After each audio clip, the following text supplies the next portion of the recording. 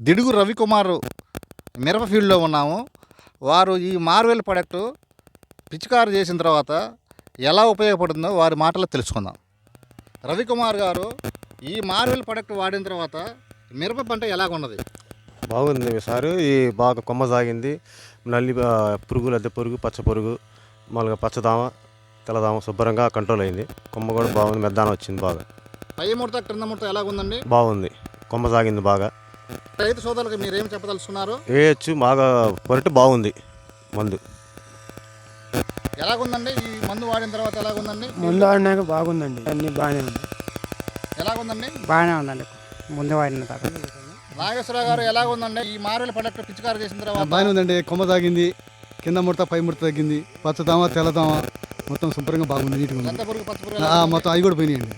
ఇవాళ పూత ఎలా వస్తుందండి? పూత కూడా దగ్గర కాపు దూరం పడదు.